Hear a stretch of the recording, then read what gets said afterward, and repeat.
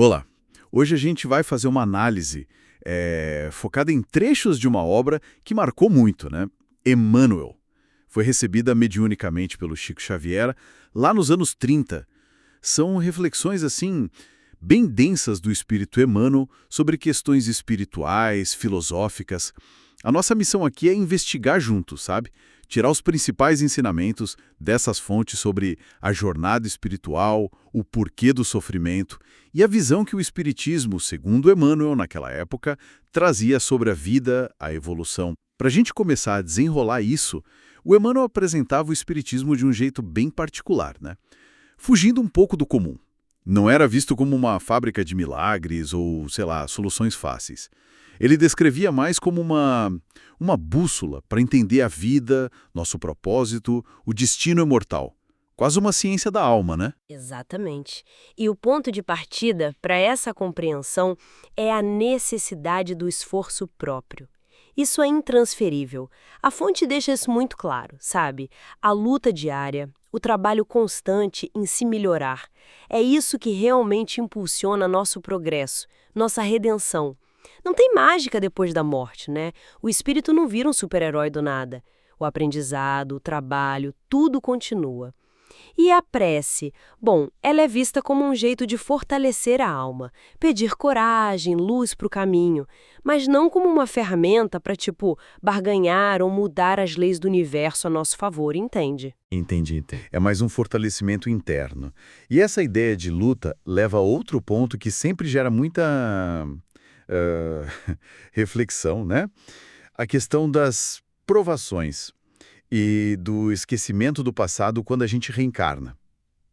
Aqui fica bem interessante. A vida na Terra é mostrada ali como uma fase de aprendizado intenso. Às vezes até comparada a um degredo, né? Um tempo necessário para correção ou uma escola mesmo, principalmente para quem já busca um caminho espiritual mais consciente. Uhum. E o que intriga bastante nessa abordagem é a sugestão de que nós mesmos escolhemos, ou pelo menos concordamos com as provações antes de nascer. O espírito buscando evoluir selecionaria os desafios que mais se encaixam no seu aprendizado, sabe?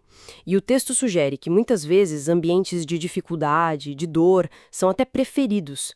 Não por masoquismo, claro, mas por serem vistos como corretivos eficazes ou o cenário ideal para despertar forças que a gente ainda não tem, forças latentes.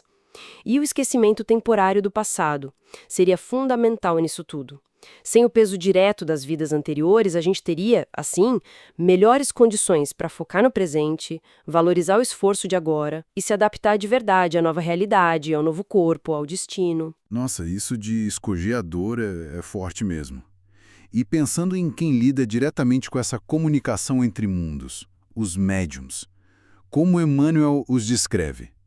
A visão que ele traz parece fugir bastante daquela imagem de seres especiais ou missionários já perfeitos, né? Sim, sim. A perspectiva é bem mais pé no chão, eu diria. Geralmente são apresentados como espíritos em processo de resgate. Resgate de débitos passados. A mediunidade seria então uma tarefa de renúncia, de sacrifício, uma ferramenta para acertar as contas e evoluir. E as dificuldades que vêm junto, né? Incompreensão, desafios morais, até o desgaste físico e psíquico. Tudo isso seria parte do processo, parte da reparação e do aprendizado. É uma visão que humaniza muito o médium, tira ele daquele pedestal intocável, sabe? Faz sentido. E essa abordagem mais realista, ela se estende também para a forma como o texto diferencia religião de religiões, certo? Parece ter uma crítica ali às estruturas humanas. Tem uma distinção clara. A religião, com R maiúsculo, é definida como o sentimento divino, aquela coisa inata, a ligação natural da gente com o Criador. Já as religiões, no plural, são as organizações humanas, as instituições. E estas, segundo a fonte, são falíveis, né? Estão sujeitas a desvios por interesses materiais, políticos, de poder. O texto critica especificamente instituições que, ao longo da história, se aliaram ao poder temporal, buscando hegemonia. Ele menciona o catolicismo nesse ponto e acabaram, na visão de Emmanuel, perdendo a pureza da mensagem espiritual original. Argumenta-se que a força de muitas delas está mais na organização, na tradição, do que numa chancela divina, assim, intransferível. Certo. Considerando todos esses pontos, o esforço pessoal, as provas escolhidas, o papel dos médiuns, essa crítica às instituições, qual seria, então, a mensagem central que Emmanuel buscava passar naquela época? Uma época de grandes transformações mundiais, né? Olha, parece ser um chamado bem forte ao retorno da essência do Evangelho, mas um Evangelho despido de dogmas, de rituais excessivos. O Evangelho é apresentado como o guia moral mais seguro para a humanidade, capaz de orientar no meio das crises, das transições, e permeando tudo isso a reafirmação constante da imortalidade da alma, da nossa sobrevivência depois da morte física e da nossa jornada evolutiva contínua, através das múltiplas vidas. Nada se perde, tudo evolui. É essa a ideia.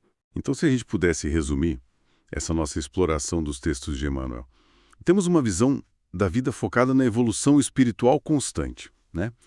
Que depende fundamentalmente do nosso esforço, da nossa capacidade de aprender com as dificuldades, que talvez, quem sabe, a gente até combinou antes, e de olhar para além do materialismo e dos dogmas fechados. É isso? Exato.